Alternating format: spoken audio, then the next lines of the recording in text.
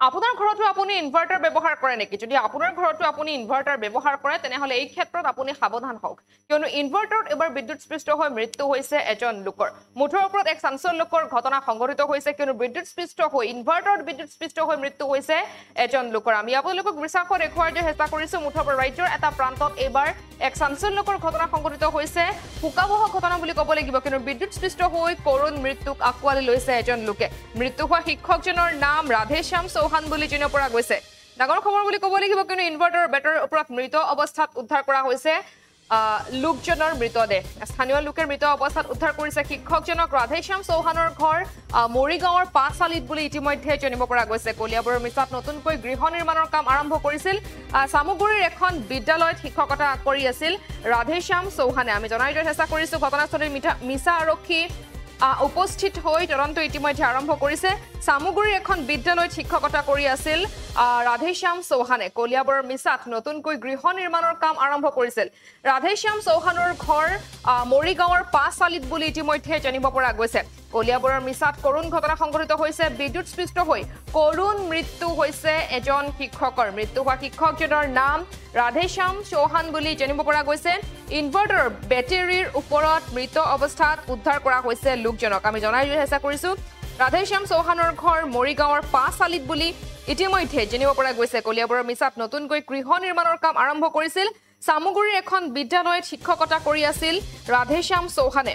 আৰু ইতিমধ্যে ঘটনাস্থলীত মিছা আৰক্ষী উপস্থিত হৈ তদন্ত আৰম্ভ কৰিছে। আচলতে কেনেকৈ সেই লোকজন মৃত্যু হ'ল ইনভাৰ্টাৰৰ যোগেদি সেই কথাও কিন্তু এতিয়া ৰহস্যৰ আৱৰ্তত বুলি ক'ব লাগিব কিয়নো স্থানীয় লোকেহে মৃত অৱস্থাত উদ্ধাৰ কৰিছে সেই শিক্ষকজনক। আৰু শিক্ষকজনৰ নাম ৰাধেশ্যাম চৌহান বুলি ইতিমধ্যে জানিব পৰা গৈছে। মুঠৰ ওপৰত কলিয়াবৰৰ মিছাত এইবাৰ কৰুণ ঘটনা সংঘটিত হৈছে।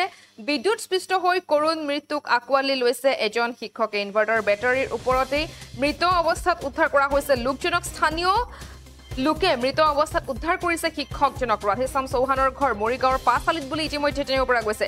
চামুগুৰিৰ এখন বিদ্যালয়ত শিক্ষকতা কৰি আছিল ৰাধেশ্যাম চৌহানে। ইতিমধ্যে ঘটনাস্থলীত মিছা আৰক্ষী উপস্থিত হৈ তদন্ত আৰম্ভ কৰিছে।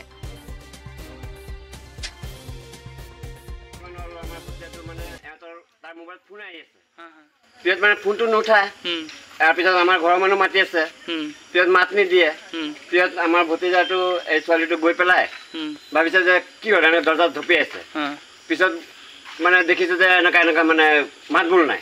পিছত তেওঁতো ভিতৰত সন্দেহ সোমাই গ'ল। পিছত জুমি চাইছে যে বেটাৰীৰ ওপৰত মানুহটো পৰি আছে।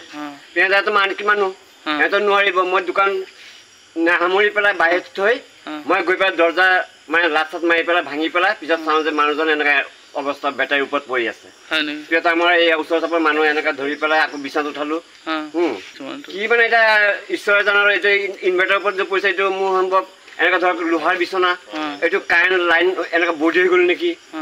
এতিয়া আৰু কি ক'ম মই এতিয়া এইটোৱে মানে কি ভাবিছে কাৰেণ্টত কিবা লাগি হৈছে নেকি? কাৰেণ্টটো মানে এইটোৱে এনেকৈ দেখা গৈছে চাইছে আপোনাৰ মানুহটো কোলা হৈ গ'ল বা এনেকুৱা অলপ মানে এনেকুৱা বেকা হৈ গ'ল হাত চাত কেনেকুৱা। আৰু এইটোতো মইতো দোকানৰ পৰা আহিছোঁ আৰু ইহঁততো এনেকুৱা এইটো ঘৰতে আছে। আমাৰ এইবোৰ ওচৰ হ'লে মানে কি আমাৰ সদায় চাওঁ মিছা বা আমাৰ দোকান মোৰ দোকানত বা ইয়াত আহি বহাই। আজি কিন্তু মই তেনেকুৱা দেখা নাই মানে। যিকোনো খবৰৰ বাবে যোগাযোগ